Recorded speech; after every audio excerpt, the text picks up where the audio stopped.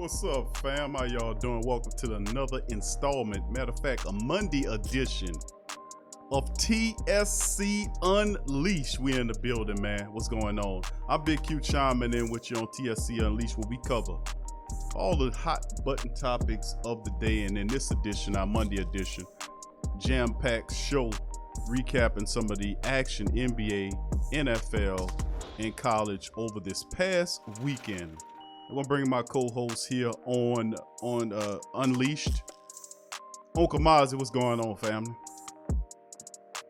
Here I am. I'm at y'all beck and call. I've got, in case you don't know, because you probably can't see me. I know you guys can't see me. I have on my bullseye shirt, both front and back, and I'm taking all comers. All right. Well, the bottom line is, I'm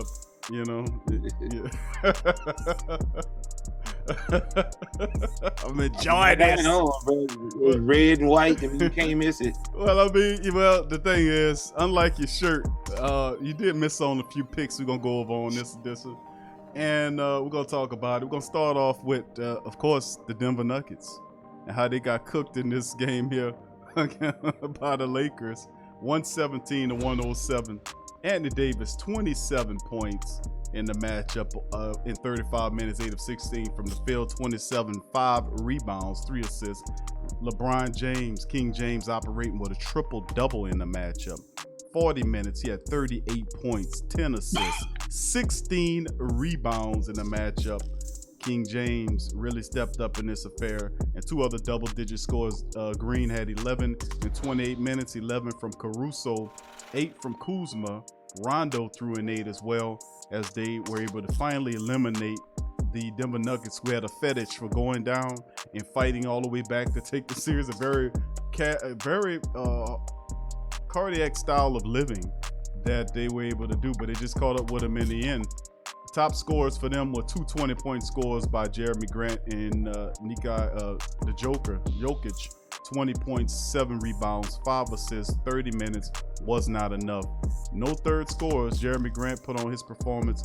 Murray had only 19, a pedestrian 19 in the matchup. Michael Porter Jr., who a lot of people was calling on to be the third scorer. For whatever reason, Denver hampered their own selves. Porter was held to just 17 minutes. He scored 10 points in the matchup, and that's not going to get it. They need a third scorer. I've been saying that. Gary Harris been stinking. He had 3 points in the game, and ultimately they lose by 10. The Lakers advanced to the NBA Finals, first time in a while. Mozzie, how did you get this one so drastically wrong? Well, I don't think I got it wrong, and here's why. I mean, I know you're gonna. Here it comes. Sour grapes. You already know. You already know it's coming. So I don't know if y'all remember, about last Wednesday or Thursday, Frank Vogel decided to make a low light tape Mozzie. of LeBron. Come on, Mozzie. Sorry. Come on, Mozzie. You gonna make up these excuses? No, man? Let me get it off my chest. Sour grapes. Just let me get it off my chest, man. It's valid. If it wasn't valid, I wouldn't be talking about it. So y'all remember last Thursday when Frank Vogel decided to send a low light reel to league officials, and in doing such, he shone a big, gigantic, bright spotlight, maybe half the brightness of the entire sun, on the entire refereeing corps and the Denver Nuggets. So, hey, y'all better ramp up foul calling on LeBron James, and on the other side of the ball, y'all better swallow that whistle if you know what's good for you, if you want to work in this bubble again. That's pretty much what the message was that came down from the NBA front office, and the referees had no choice but to abide by. There's several conspiracy videos out right now. Y'all are welcome to search them yourselves. Y'all are welcome to not only hear what I had to say in past TSC shows, but everyone from Marcus Wiley to Skip Bayless, we all have our, when it came down, we knew what time it was. We knew, not only do we have to play against AD and LeBron and Kuzma and playoff Rondo, but now we got to play against the referees and the NBA front office. I mean, I'm not gonna lie, man. We good and we very well coached, but we not that good. We can't beat all these people. And I mean, it showed the other night. Some of the calls that they had, it was so ridiculous and egregious. Just in the first half, man, it kind of deflated the whole game and it watered it down. So if LeBron were to have one, which he still won't, because I think I know Jimmy Butler's gonna handle his business. I'm Team Miami from here on out. But I mean, any event that he would have won, it would have been watered down anyway. You had to rely on COVID, then had to go. No, I'm sorry. First off, you had to partner up and break up our team so that you could get your boyfriend over there, so y'all could get together and try to win a championship. Then COVID came. The whole league had to take off 4 or 5 months. Then you made everybody go to the bubble, despite a lot of players wanting to just let the season fall off. Then when you weren't getting your way, you decided to put your head coach under the bus and make him send a video to the NBA league front office stating that you're not getting fouled enough when you drive to the cup, and that they're calling too many fouls on you. So, I mean, it's such a watered-down championship, man. I think the only way we can rectify this is when Jimmy Buckets, when he hoists up the coveted NBA trophy, and LeBron goes for yet another loss, and his record becomes 3-7. Well, I appreciate you doing that, explaining. So let me just do a little corrective thinking right here. So the reason why the Lakers beat the Denver Nuggets is because Frank Vogel sent the mythical tape to the league office, who basically then threatened the officials to call the game. Oh, no, it wasn't mythical. There's no unicorn. That tape exists. That tape exists. Okay. You sent that tape. Okay, I so knew it before you try to deflect. okay, No, that tape exists, fam. okay, Don't let him sway your opinion on that. All right, go Okay. ahead. I'm sorry. okay. So we have a tape. Even though the tape existed, did the tape some kind of way get back to the team and trip them up while they was out on the field running around shooting buckets? Because I want you to explain to me in this game, how did Denver ultimately shoot 27% from the 3-point line, 42, You the and shot tw- too. and they didn't play good enough defense in this game. They also didn't bring enough scoring. They did the NBA then threaten Coach Malone to keep Michael Porter Jr. on the bench for 17 minutes. He scored 10 points when they needed a third scorer to help out. Had he been played more than 17 minutes, Porter would have given the additional need pointage-wise to be able to help them force another game. So was it also the NBA that was responsible for Gary Harris, who played 13 minutes in the affair and contributed just 3 stinking points? Or was it the league also that was responsible for Paul Millsap threatening him, where he played in 31 minutes and only contributed 13 points on 1 of 8 shooting from the field and 1 of 6 shooting from downtown? Was it the league that also had something to do with them shooting 42% on the game versus the Lakers, who basically shot 54% from the field? I mean, Mozzie, I hear what you're saying about your tape, but I'm saying the tape didn't have nothing to do with the loss. The reason why Denver lost this game is because they didn't play good enough defense and they didn't have enough offensive production to match what they're doing. So I hear what you're saying about LeBron. He complains all the time, but where was Denver's game in this game to stave off elimination? You want to act on that before we move to the next one? Listen, man, it's the age-old tale. You know, when you know, it's like the BLM movement and stuff. You know, a lot of people feel as though they're just disenfranchised and their back is up against it. You know, so that's kind of what we all felt. Everybody knew. What was that, game 4? Was it game 4? No, game 4. Game 4 it was. Everybody knew in game 4. Was it game 4 or was it game 3? I think it was game 3. I don't know. Whenever the letter got sent, the video, everybody knew after that game when LeBron's single game foul calls tripled in one game over the previous 2 or 3 in one game after the infamous video was sent to the NBA front office. when that type of stuff happens to people, it kind of demoralizes them. It's like, yo, first you threw Utah at me. Utah was a rough go or whatever. It was cool. Then you guys threw the Clippers, and we had to claw our way back through that. So after persevering through both the Utah series and the Clipper series, thus showing we belong, then outplaying these people for two games, Frankie V decides to pull out the Hail Mary phone call and decides to call into the league office and have the league office put it into our season. Well, Mozzie, I get you on that, but I'll see the light now. I see the light now. I'm glad you do. It's about time. And I'm going to prove to you statistically that I see the light now. Okay? Yes, please. With the infamous tape that you speak about in your commentary that was sent to the league office compliant, right? In this game, if you look at the elimination game that took place between the two, they complied. The LeBron complained, and the free point percentage in this one, 24 of 29. So they got 29 attempts to the foul line, but for the whole team, 29 attempts, they had 24 of the 29.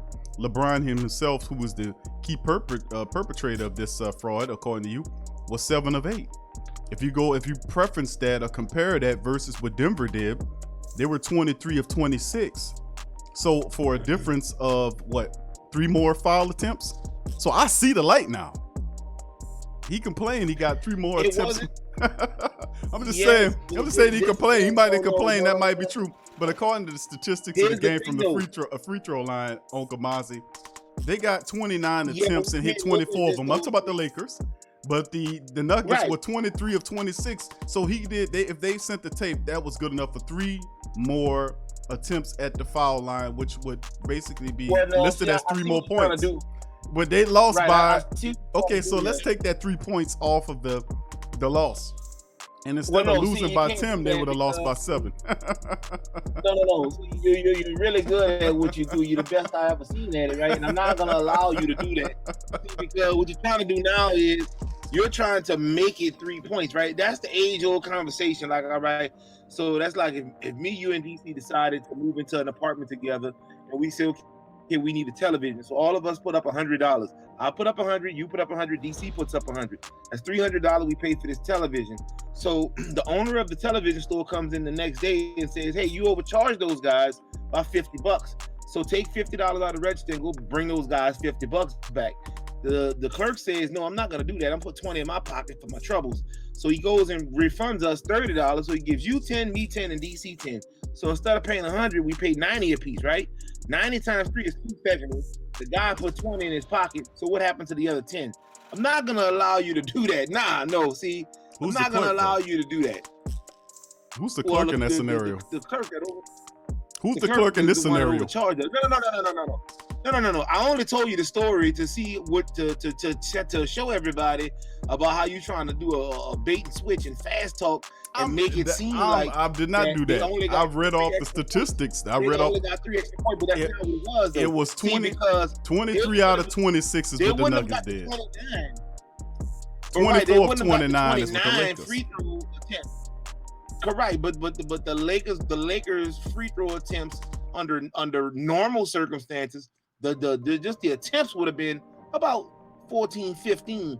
They took double the attempts because of that video. They took double the attempts this game, and they took double the attempts the game before, all because of that low light video that Frankie V sent up to upper level management over at the NBA. So I see right through this, but it's okay.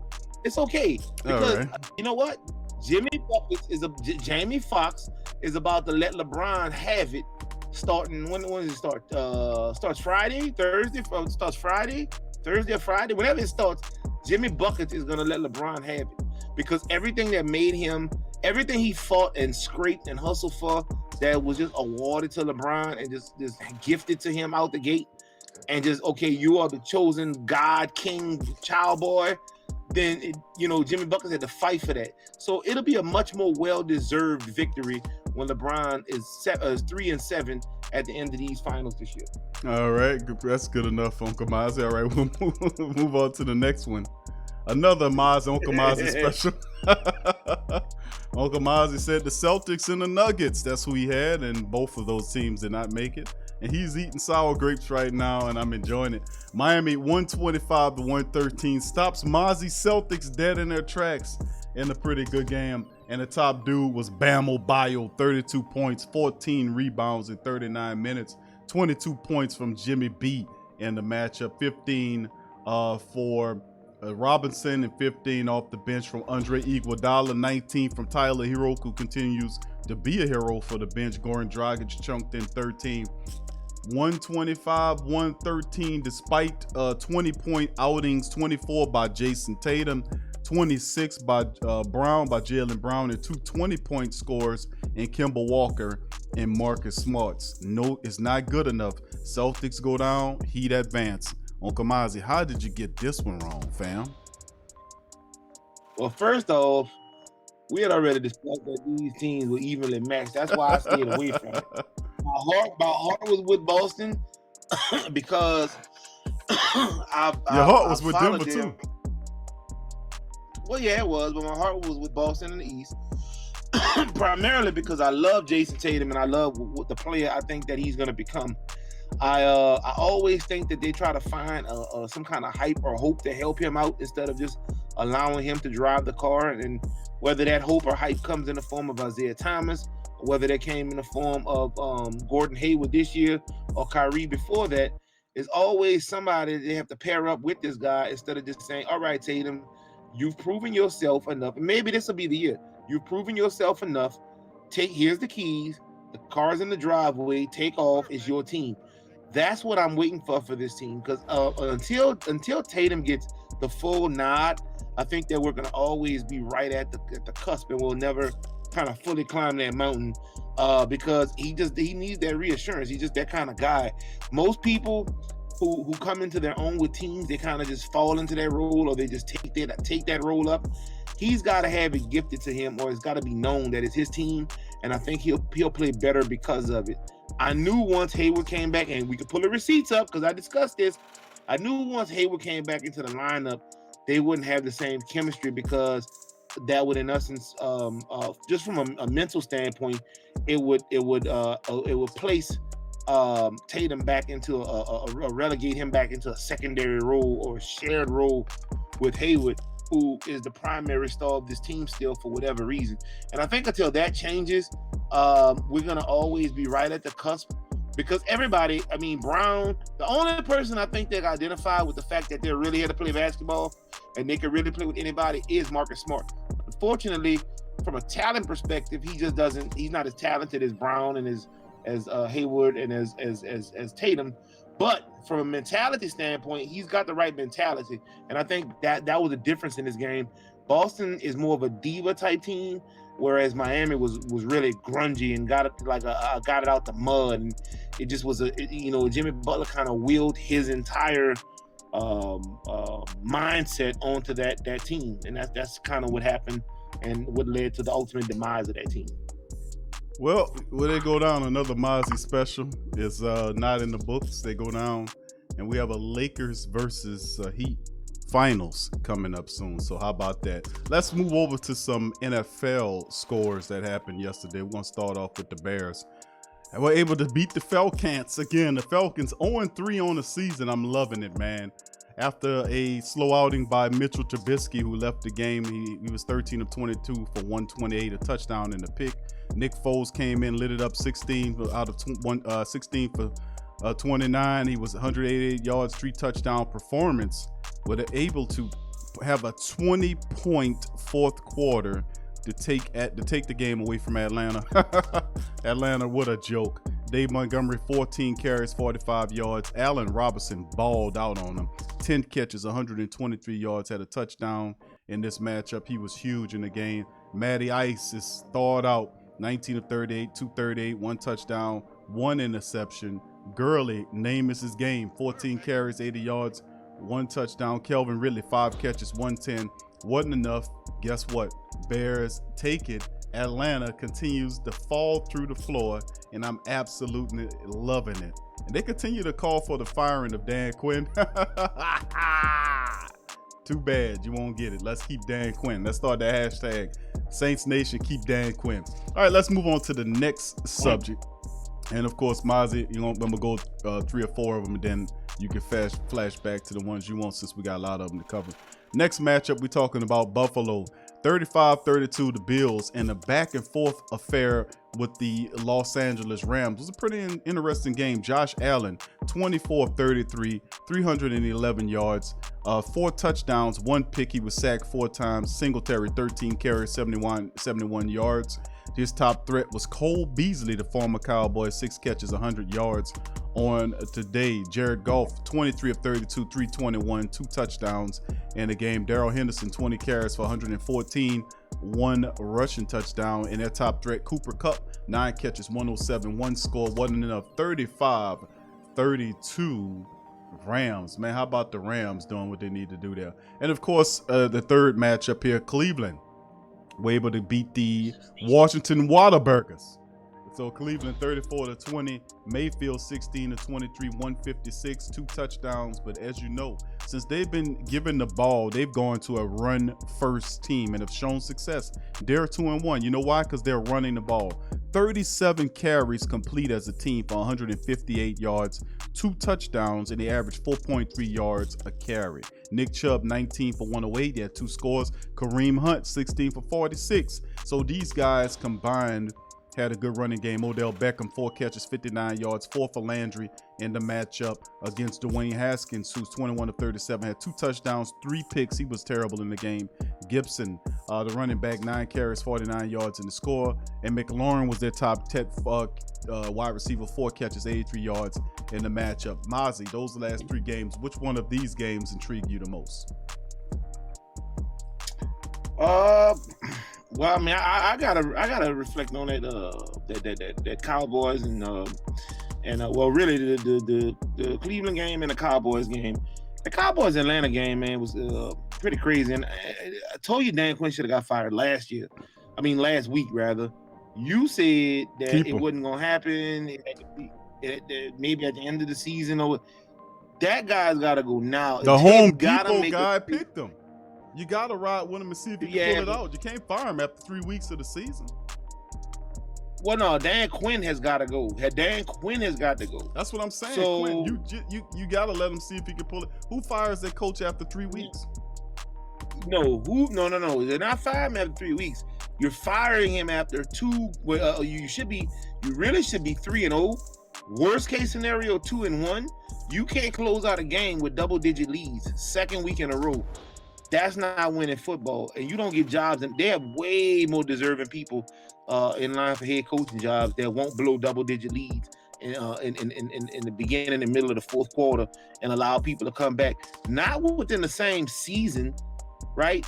Back-to-back weeks. So I mean, no, that's unexcusable. He's got to go hit and it's not on the offense so much. So, but I mean, Dan Quinn has got to go simply because it's his house. The offensive, just much like the Saints, they've done what they needed to do to win games. It's really the defense that has faltered and that has allowed people to score 4, 5, and 6 touchdowns to win this game and throw for 400 and 500 yards against you know what I'm saying? So I mean, it's the same boat that they're in. It's the defense. It's not the offense. And you got to put the blame on what the blame is. Dan Quinn has got to go simply because he should have been gone when he blew the lead in the Super Bowl. They still let him stay around anyway. They took offensive play calling duties from him. I want to say about 2 or 3 seasons ago. Okay, cool. They need to do more than that. He's a figurehead. I understand you got to see your first Super Bowl in 15, 16 seasons. I get all of that, but it's time to clean the house. It's time for him to go. He's got to get out of there. Dan Quinn's got to go. Defensive coordinator's got to go. And anybody along that defensive front that feels as though they don't like it or they're doing their job and they're just being picked on, they could pack their bags and they're going to need to roll out as well. It's just a dumpster fire in Atlanta. And I hate to see it because overall they have a really talented team from top to bottom, especially on the offensive side of the ball. And it's sad to say, but they're almost mirror images of the New Orleans Saints, a team that can really get down and get out with the best of them, put up astronomical offensive outputs as far as yardage and touchdowns are concerned. They just cannot put it together on the defensive side of the ball and stop people from scoring 3 touchdowns or less. Really and truly, that's all we're asking. That's all the Saints have been asking. That's all Atlanta's asking. Can the defense come out and stop somebody from putting up? Can they hold them to 21 points? If you could just hold somebody to 21 points, you'd be undefeated. That's crazy. In the NFL, any defense should be able to hold any offense to at least 3 touchdowns. At least that, man. I mean, you know what I'm saying? And they're proving this is the 3rd week now on both sides of the ball where the defense is just giving up way too many points. So those are the things that have to change with that. As far as the Cincinnati game and Cleveland game, I think that Joe Burrow's showing again that he is meant for this game. He is going to be at the end when it's all said and done. One of the injuries, barring any injuries, he is going to be in that mention when you talk about the elitist of the elite quarterbacks to ever play this game. He's sensational. He was sensational last year. He's just born for this. And Cleveland, I think Cleveland has found their way. I think they're starting to get an identity now. I think that Baker Mayfield has finally gotten rid of some of the younger kid trash talking, macho foolishness that he had been on the last 2 or 3 seasons, and he kind of humbled himself, and he's dealing with he's now dealing from a much more humbled hand than he was at first. So things I think are starting to open up for him because he won't have this big target. See, I came on the show with a big target on my back today because I opened my mouth, similar to what he had. He opens his mouth a lot, so people tend to put the bullseye on his back, and when he doesn't deliver, they start shooting at him. This year, he kind of approached it differently. He stayed off Twitter for quite some time. That's a part of it, though. When you open up your big mouth, people gonna shoot at you. He stayed off Twitter. He stayed off Twitter. He didn't say anything for a while. He let the things progress and open up, and he's coming in. He did lose a game, but he has proven himself. And as long as he maintains his adult life composure and acts like he belongs, I think that he'll be just fine. And I think that team, when they, when mid-season comes, when they fire on all cylinders, I think they'll definitely have their name in the hat this year. We'll see, man. We'll see. We shall see indeed. All right, let's keep moving through the rest of the discussion. Let's start with another 3-game scenario here. Tennessee against the Minnesota Vikings. Tennessee gets the win 31-30. It came down to a final kick by Gostkowski that helps with the comeback win over the Vikings as they are 2-0-3 open up the season. Tannehill 23 of 37, no touchdown. He had 1 interception. Derrick Henry carried the day, 26 carries for 119, 2 scores, averaging almost 5 yards a rush for the guy. Khalif Raymond 3 catches, 118 was their top receiving threat. Kirk Cousins stunk 16 of 27, 251, 3 touchdowns, 2 picks, sacked twice. Devin Cook got off 22 carries, 181 rushing yards, averaging 8.2 yards per rush, had a score as well on it. Justin Jefferson stepped up. He had 7 catches for $175, 1 touchdown. He was averaging 25 yards a catch on 9 targets from Justin Jefferson. They go down 31-30. That was a really insightful game right there, watching that one. San Francisco were able to, without Garoppolo, without their top 2 running backs, without their top defensive end, they still with defensive ends and personnel, wide receivers and all, still just destroyed the Giants, who are 0-3 as well, 36-9 in New York. That was a big win for the 49ers. Nick Mullins, 25 of 36 on the day, 343 as a backup. Jared Kenyon. McKinnon was the guy. You remember he's former Viking scat back, 14 carries for 38 yards, had a score. Shared time with Brian Ayuk doing that. Brian Ayuk was the top wide receiver, 5 catches, 70 yards. Daniel Jones, 17 of 32, 179, 1 interception. He was the top rusher, 5 rushes for 49 yards. And top receiving threat for them was Darius Slayton, 3 catches, 53 yards. Golden Tate had 5 for 36. No match for the San Francisco 49ers without the top personnel. 36-9. Can you dig that? Also, another game that's interesting, the Philadelphia Eagles can't get a win, but they can get a tie.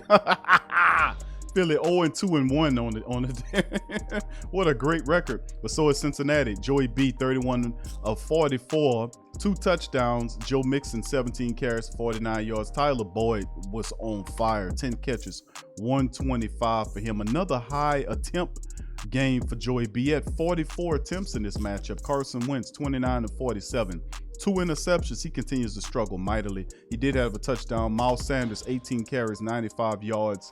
Greg Ward, 8 catches, 72 yards, 1 score. Zach Ertz, 7 catches for 70 yards. No good. In final, they couldn't get the win. 23-23 tie.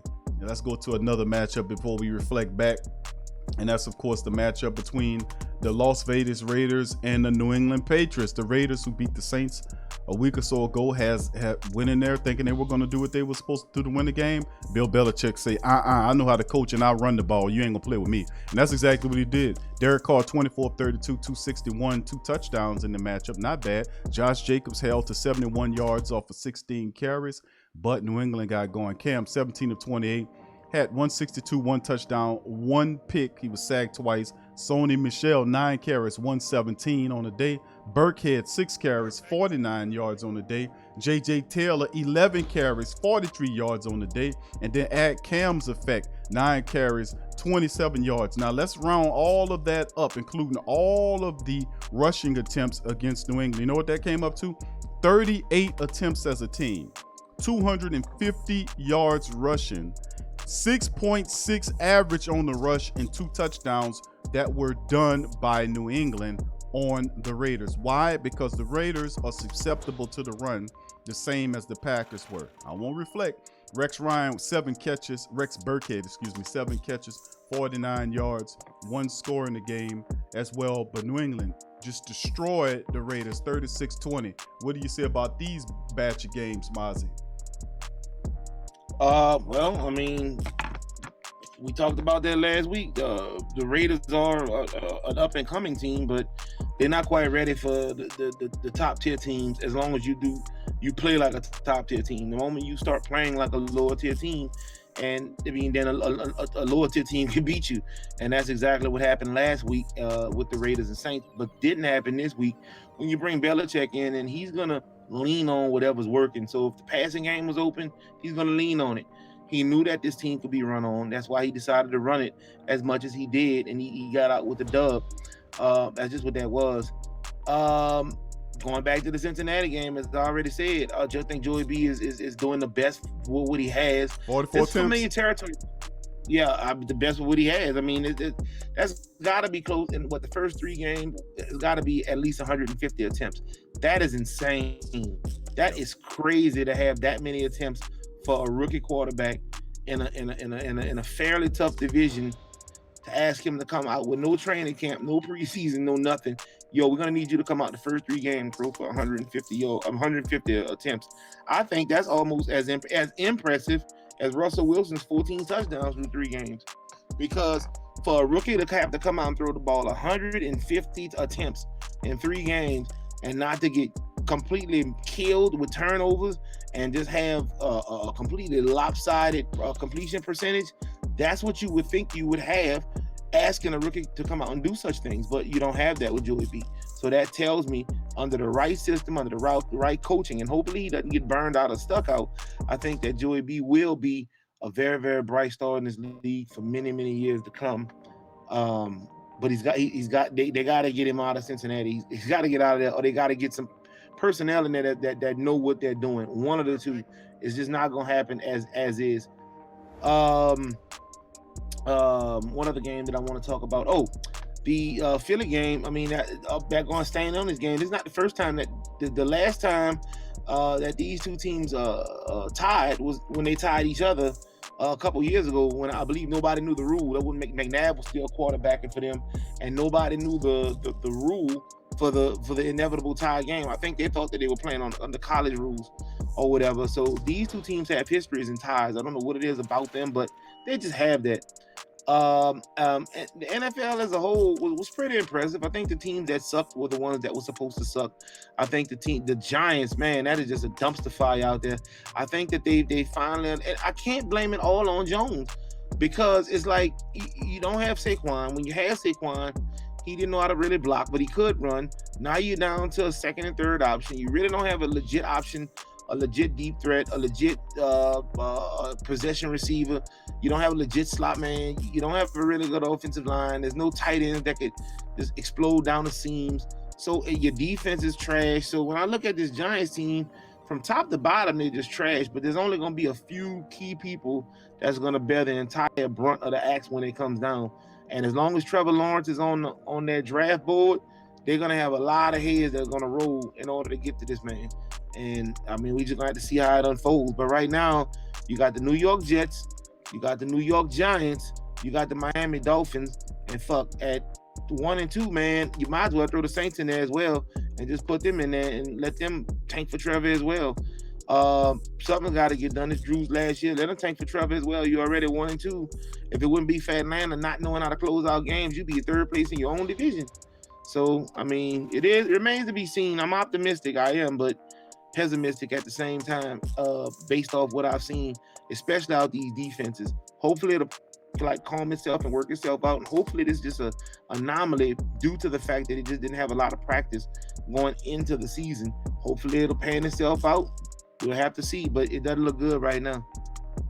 Let's keep it going, man, because it's still young in the season, and this is coaching, not talent, the reason why the Saints are failing. Because unlike the New England Patriots, at least people have better sense to stick with the running attack to know how to do stuff. We got an asshole that just won't do that. So let's keep it going. Steelers matchup, 28-21 over the Texans. They're 0-3 as well. Deshaun Watson, 19 of 27, 264, 2 scores. Top back in the game was James Conner, 18 carries, 109 yards, 1 score. Top receiver was Randall Cobb, 4 catches, 95 yards. Steelers 3-0, Texans 0-3. Jets fall to the Colts. So the Jets are absolutely dreadful. Colts get a win 36-7 over Sam Darnold in this team. Phillip Rivers 17 of 21, 217, 1 touchdown. Jonathan Taylor 13 carries, 59 yards, 1 touchdown for the Colts, was their top man. Top receiver for the game, Braxton Berrios, 4 catches, 64 yards, and the score, Colts 2-1. Panthers 21-16. They get their first win under Matt Rule. Top quarterback in the matchup, Justin Jefferson, 35 of 49, 330 yards and a touchdown. Justin Herbert, Herbert starting to look a lot better. Austin Eckler, 12 carries, 59 yards, 1 score. Keenan Allen was the top receiving threat, 13 catches, 132, 1 touchdown for Keenan Allen. Wasn't enough. Carolina get the first win, 21-16. Tampa Bay Buccaneers were able to beat the Broncos, who are really reeling right now, 28-10. Brady, 25 of 38, 297, 3 touchdowns in the affair. Ronald Jones, 13 carries for 53 yards, and his top threat was Scotty Miller, 3 catches for 83 yards. Buccaneers are 2-1 in the South, 28-10 over the Broncos. The Lions were able to get a win against Arizona. That was a surpriser. But listen, anything can happen in the league. 26-23 Lions were able to beat the Cardinals. Kyler Murray, 23 of 35, 272 touchdowns. Adrian Peterson had 22 carries for 75 yards. DeAndre Hopkins, 10 catches, 137 yards in a losing effort. 26-23 Lions get the first win of the season. Of course, the Cowgirls were in action against the Seahawks, or the Sea Chickens as we like to call them. Russell Wilson was the man in this game. Seahawks get the win 38-31. Dak Prescott, 37 of 57, 472, 3 touchdowns. Chris Carlson was the top back, 14 carries for 64 yards. Gallup in his performance, 6 catches, 131, and a TD in the affair. Sea Chickens, 38-31. They are 3-0. Cowboys 1-2. And finally, on the Sunday night action, the Packers and the Saints didn't get going the right way. The Saints were absolutely one-dimensional. Well, not one-dimensional. They had the coach that made them one-dimensional, and he's acted like an agent before the Raiders and the Packers. It's not running the game, even though the running attack averaged over 6 yards a carry. He went away from it to try to force the throw. Don't make any sense, but he'll blame the team. He won't blame himself. Drew Brees, 29-36, 288, 3 scores on the day. Aaron Jones, 16 carries, 69 yards, 1 score. And Alan Lazard towed the secondary up, 6 catches, 146, 1 score, 37-30. Packers are 3-0. Saints 1-2 in the South. And that are the NFC games. Maz, you want to reflect on one of those games before we bounce to the college stats? No.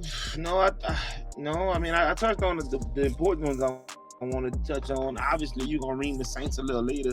They don't need to be reamed any more than they've already been reamed over the last 2 weeks. So I'll let you handle that.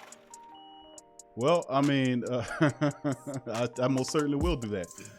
Let's go into college, man. Now we're going to bounce to the top 25 college score. Alabama took care of business. Number 2 ranked in the country, 38-19 against Missouri. And the matchup, Kansas State were able to get a win over Oklahoma in a surprise of 38-35. Georgia Bulldogs ringed out Arkansas 37-10. Florida 51-35 over Ole Miss. Mississippi State surprised LSU, beat them by 10, 44-34. They stunk, and that clown Miles Brennan looked like a backup. The reason why he got beat out by Joey Burrow, the dude has no pocket presence. He has no personality at all. I mean, seriously. Anyway, let's keep it going. Auburn, number 8 in the nation, knocked off actually Kentucky, who's 23rd, 29-13. Texas, big win over Texas Tech in an exciting one, 63-56. Texas A&M were able to beat Vanderbilt 17-12. That's who the Tigers take on next. 52-10, Miami, 12th rank in the nation over Florida State in a massive win there. UCF, the Knights were able to beat the Eastern Carolina team 51-28, 13th ranked in the nation. UCF. Army fell to the Cincinnati Bearcats 24-10, 14th ranked in the nation. The Bearcats are 15th ranked. Oklahoma State defeated West Virginia 27-13. Tennessee is ranked. That's a surprise of 16th ranked in the nation. They took care of business against South Carolina 31-27. BYU 18th in the nation destroyed Troy 48-7. You look at Louisiana, the Raging Cajuns, man, starting this thing off. They're 3-0, 20-18 win over Georgia and Southern. Look out for the Raging Cajuns. They're in the building, 19th ranked in the national polls. 20 ranked Virginia Tech, 45-24 over NC State. And of course, the final game of the top 25, Pittsburgh was able to 21 ranked Pittsburgh, 23-20 over the 24th ranked Louisville Cardinals in the matchup. So that is the top 25 action in college this past weekend. Maz, any thoughts on college action, my brother? Well, I mean, we're gonna have to see how it goes with the rest of the schools and the programs as it unfolds. This was obviously our first week out. There's a lot of people's first weeks out, so we're gonna need that 2-3 week, as we talked on the post game show. We're gonna need that 2-3 week buffer zone to see exactly where we are. Everybody still has their destiny in their own hands. I'm sure there were a lot of unhappy people in Tigerland, as I am one of those people. But I'm sure there was a couple other unhappy people at Oklahoma, and I'm sure some people in their teams, even though they lost, they found a little bright spot in what they did see and something they could probably expound on. So it's going to be a very long season. I'm just not ready for it. My little heart can't take all this. I need LSU just to come out and destroy. I need the Saints just to come out and destroy, get it over with, and so we go to Sizzler. I ain't got time for all of this cardiac back and forth, nail biting to the wire. I got to drink 40 Mike's Hard lemonade. I ain't with all of that.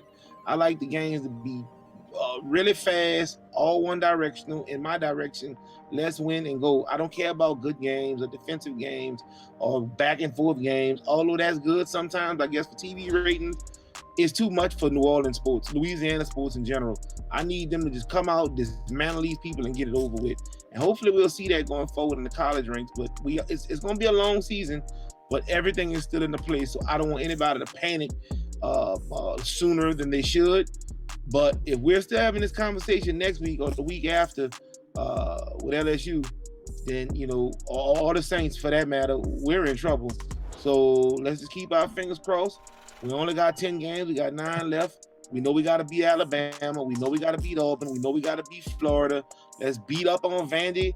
Get some wind in our sails again, legs up under us again, and then we can go into that conference play the week after next and start really handling business and kind of focus and put Mississippi State behind us. Yep, it's going to be interesting, man. Not a good day for the city unless, for Louisiana fans, Saints lose, LSU lose. But hey, Louisiana Raging Cajuns won, if that's anything for you. But the reality at the end of the day, man, is that we got to get better. I'd like to thank everybody for joining us on this edition, the Show Up Uncle Mozzie Monday edition of TSC Unleashed. So, I mean, I appreciate everybody for joining us today on the show. So please hit the like button and give a special shout out to all the family members chiming in the chat. Big ups to GM Kev, K Savage, K. Savage Gaming. What's up, fam? Kai the Great as well in the chat. Good to see your family. William Dickerson, who that to your family. Last Saint in the building as well. Big ups to you, Brian. Good to see you in the chat as well. And brother Jerry, Crass, No Saint, all the family. John Thompson, good to see you in the chat as well, family. And big ups to all the family members, man. Dalcom28, I see your fam as well. Big ups to all the family members chiming on this edition of TSC Unleashed. Please share the show on your social media links.